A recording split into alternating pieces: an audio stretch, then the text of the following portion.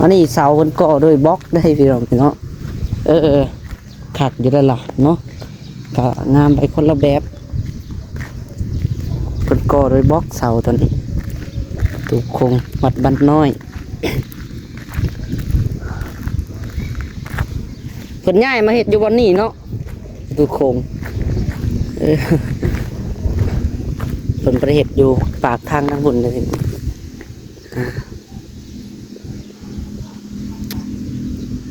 สร้างเพิ่นโอ้ยบ่เห็นเนาะหาถ่ายประตูคงจะซื้อ หาถ่ายให้เพิ่นเบิ่งนะมาเลาะเบิ่งท่านี้เล็กหน่อยซื้อดอก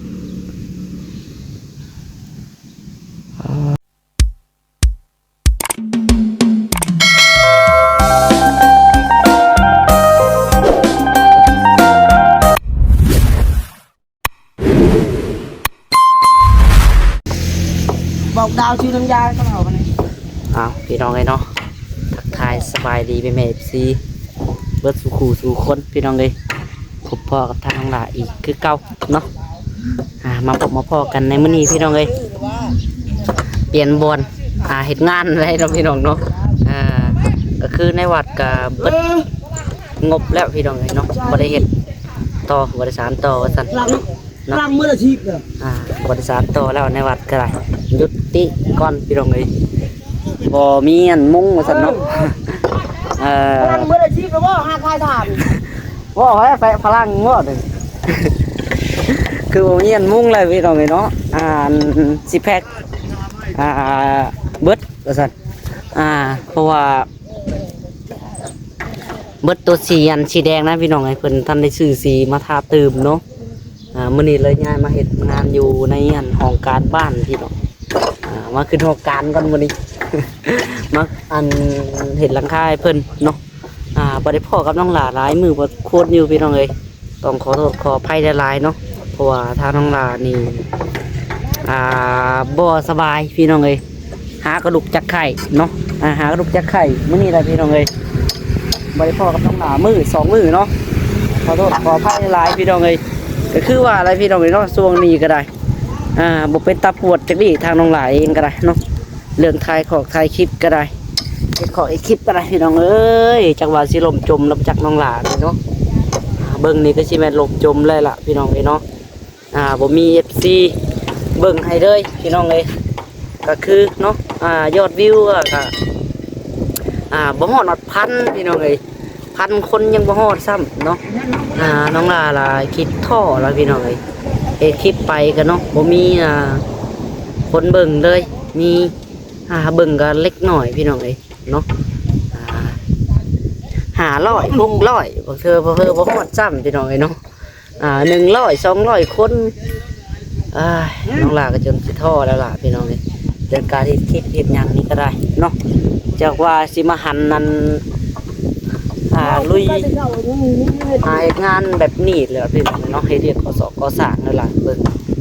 เพราะว่ายังเนาะน้องลาก็เบิดคำแล้วล่ะพี่น้องเลยเนาะถ่ายคลิปไปกับบ่มี FC ซัพพอร์ตเบิ่งเนาะเบิ่งก็มีอยู่พี่น้องเลยเนาะแต่ก็จังใดมันเบิดบัตรเติมหมอกเติมเงินเฮาหลายกว่าบ่แล้วเนาะเลิกการเฮ็ดเกี่ยวคลิปกันผมมีคนเบิ่งแต่ก็เฮาซื้อบัตรเติมเงินบัดเบิดหลายก้อนพี่น้องเอ้ยเงินเข้าในอันเฮ็ดคลิปบัดบ่ได้เลยเนาะบ่เพิ่นคลิป1บ่ฮอดเหรียญพี่น้องเอ้ยคลิป1เนาะบ่ได้ฮอดเหรียญ1 10สตางค์บ่เนาะ5สตางค์โอ้ยพี่เลยเนาะจักสิเอาอยู่ไสบาทดิจังได๋ก็ได้เนาะเป็นกำลังใจให้คือเก่าเด้อพี่น้องเด้อเนาะมาที่นี่เลยแหละเดี๋ยวมาถ่ายให้ซีเพิ่นก่อนคือว่าทางนั้นก็เฮ็ดประตูพี่น้องประตูโค้งเนาะวัดบ้านน้อยเดี๋ยวสิมารอแหละให้ FC เบิ่งก่อนจะเล็กจักหน่อยพี่น้องนี่ประตูโค้งเนาะประตูโค้งวัดบ้านน้อยพี่น้องบ้านน้องหลามี2วัดได้พี่น้องเนาะที่น้องหลาเฮ็ดแม่นวัดบ้านใหญ่พี่น้องเลยวัดสีบนเรือเนาะ วัดบ้านใหญ่ตัวนี้เป็นวัดโพนทองเนาะตัวนี้เป็นวัดโพนทองพี่น้องไอ้แต่การเป็นบ้านเดียวนั่นแหละพี่น้องเนาะบ้านพุทธสว่างคือกันนั่นแหละไปกันไปเดียวน้องหลับที่ต้นไปเบิ่งเนาะพี่น้องเนาะเปิดภาพมากล้องลังก็เห็นไอ้แปะเพิ่นได้เนาะ กระโดดจ้องเมื่อวานนี่ ลองของ เลยเห็นน้องตีท้องมาโดดจ้องพี่น้องเนาะตอนมากนี่แหละเพิ่นตกว่าซั่นอ๋อตก โหตบวะ โดดจ้องเนาะ ลองบึง ลองเบิ่งซื่อว่าบ่ได้เป็นจังซื่อเนาะเก่งเลยพี่น้องเนาะตกบ่สูงบ่เป็นจังเฉยแล้วเฮ็ดเวียกได้สบายเนาะย่างก็บ่ย่างยาก็บ่ซักอีก คันแม่นวัยรุ่นคือเฮานี่บ่าเนาะอย่าเข้าน้ำเกลืออยู่ทรงน่ะ เอาไปนึกว่าบ่ธรรมดาพี่น้องบ่ธรรมดาแปะเพิ่นเนาะ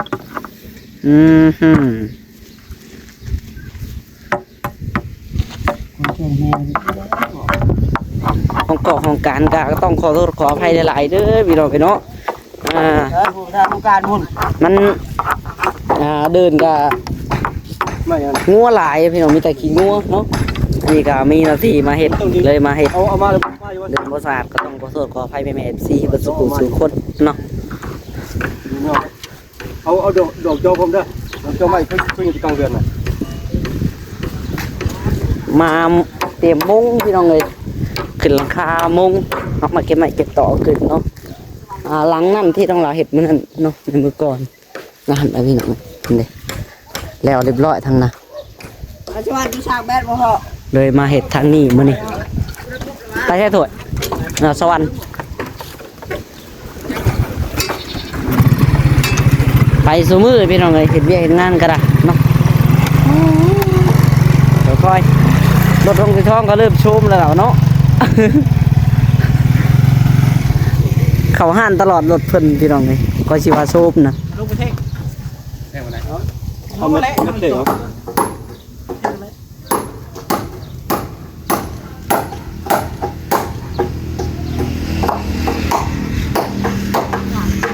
เอาพี่น้อง เอามาไปขี่กิน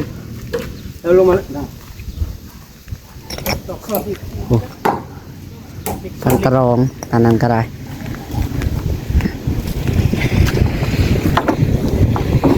ทางตะรองเบาทรงและก็เบาดำน้องหลาน้องคือทองทั้งพ่อพี่น้องเลยมาเห็ดเนาะไปนำกันสุมือแต่การน้องหลาก็หากระลุกพี่น้องเลยจากฟืนจากใส่น้ำเกลือยัดไป2 ถุงน้องหลากัน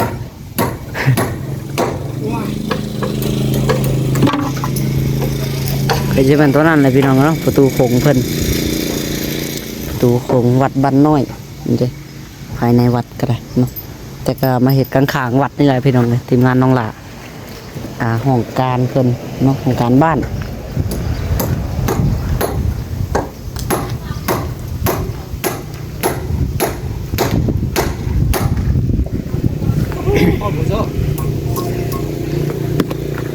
เอาอันสบายดีทั้งพ่อ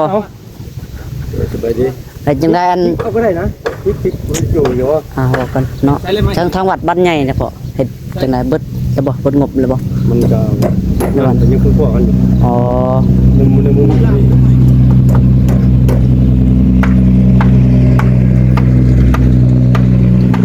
ก็คือทางบ้านเพิ่นกำลังค้นคว้ากันอยู่เนาะพี่น้องเอ้ย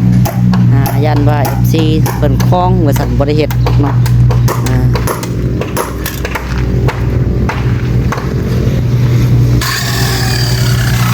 ถ้าเฮือนตลอกตะร้องก็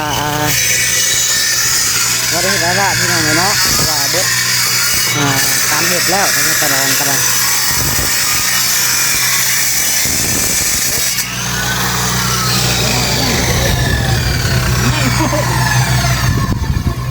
กดไม่มาได้ป่ะไม่เลยไม่นั่นเด้ไม่ใช่นี่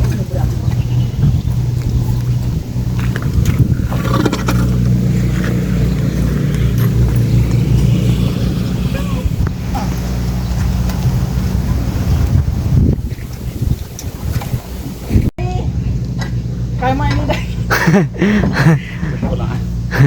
ไม่ใช่คนละแบบ มือถือกันเนาะ ใช่ สั้นมันอัดทวนมาได้แล้วมันอะไรที่เพียงมันใช่ไหมไม่ใช่จัง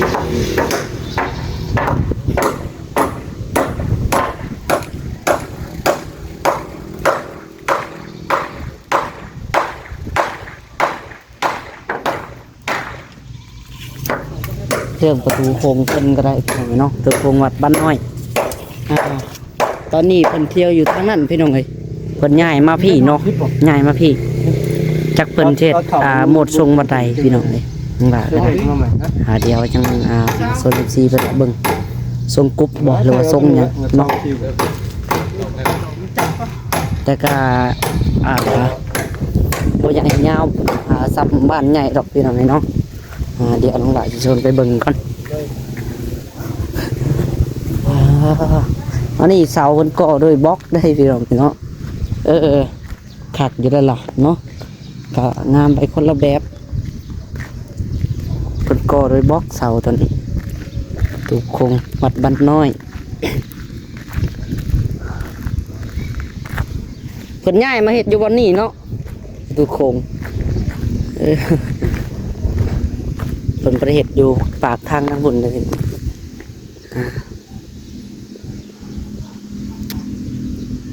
สร้างเพิ่น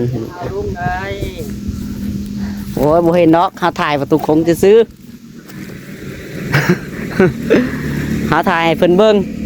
นะมาเลาะเบิ่งท่านี้เล็กหน่อยซื้อดอก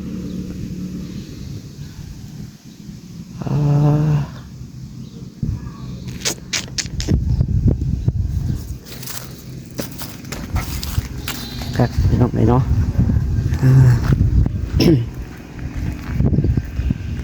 เพิ่นเปลี่ยนทิศทางแล้วเนาะวัดบ้านบนทองพี่น้องเลยเดี๋ยวประตูคงมาทางนี้ตะกี้อยู่พุ่นพี่น้องเลยเพื่อสีกำลังเฮ็ดอยู่ทางนี้ก็ได้เนาะไปรอเบิ่งจิเล็กจิหน่อยแล้วพี่น้องเลยเนาะทางสร้างเพิ่นยิงเนาะอุ้ยอันนี้ก็อิงตามสิทธิของคนพี่น้องเลยเนาะมาให้ทายทั้งหลายบอกเป็นยางพี่น้องเลยกลับมาถ่ายเวียกทั้งหลายดีกว่าเนาะการถ่ายคลิปกับอิงตามคนพี่น้องเลยบางคนก็ว่าโอ้ยถ่ายลงไปอะขายหน้าขายตามันกับบกเกี่ยวพี่น้องเลยเนาะมันกับบริเกี่ยวเลยว่าเราจะถ่ายแล้วมันเสียหายเราตกเขาบอกมันกับบริเสียหายเนาะอันนี้แต่อิงตามความคิดของคนของใครเล่าพี่น้องเลยบางคนก็ว่าโอ้ยถ่ายแล้ว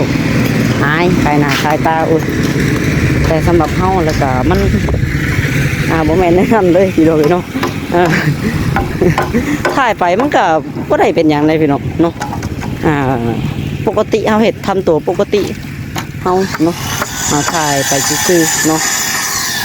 ถ่ายไปก็แห้งดีถ้าว่าเฮาดังก็แห้งดีเลยล่ะการถ่ายคลิปก็ได้บ่มีคนหูจักอีกกันอันนี้ก็ได้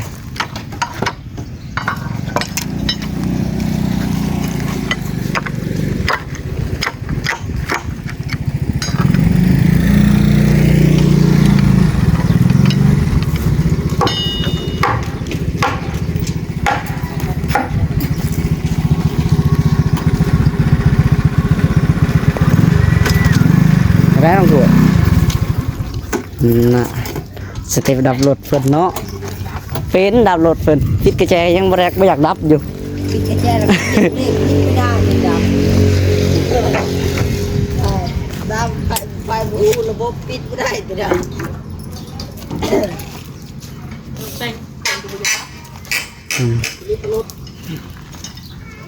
พาเพื่อนปิวหดปิวมันโมเมนต์แล้ว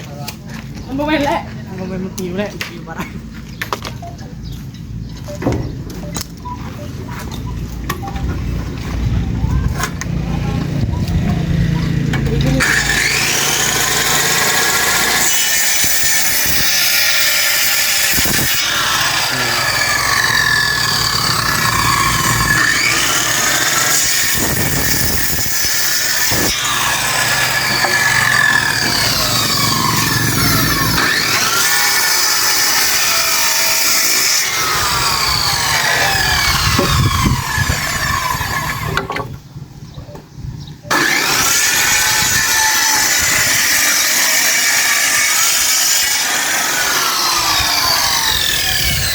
พี่น้องเนาะว่าจะไปถ่าย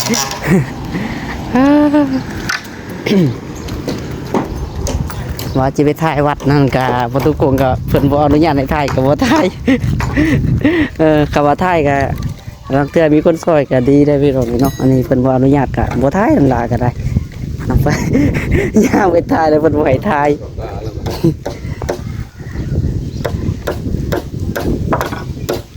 ไปสาวพี่น้องนี่เนาะโอเคสำหรับคลิปนี้ก็ได้ขอตัวไปก่อนพี่น้องบ่ถ่ายยืดยาวเลยพี่น้องเนาะน้องหลาก็ได้ขอจบคลิปลาคลิปก่อนพี่น้องเนาะบ๊ายบายสบายดี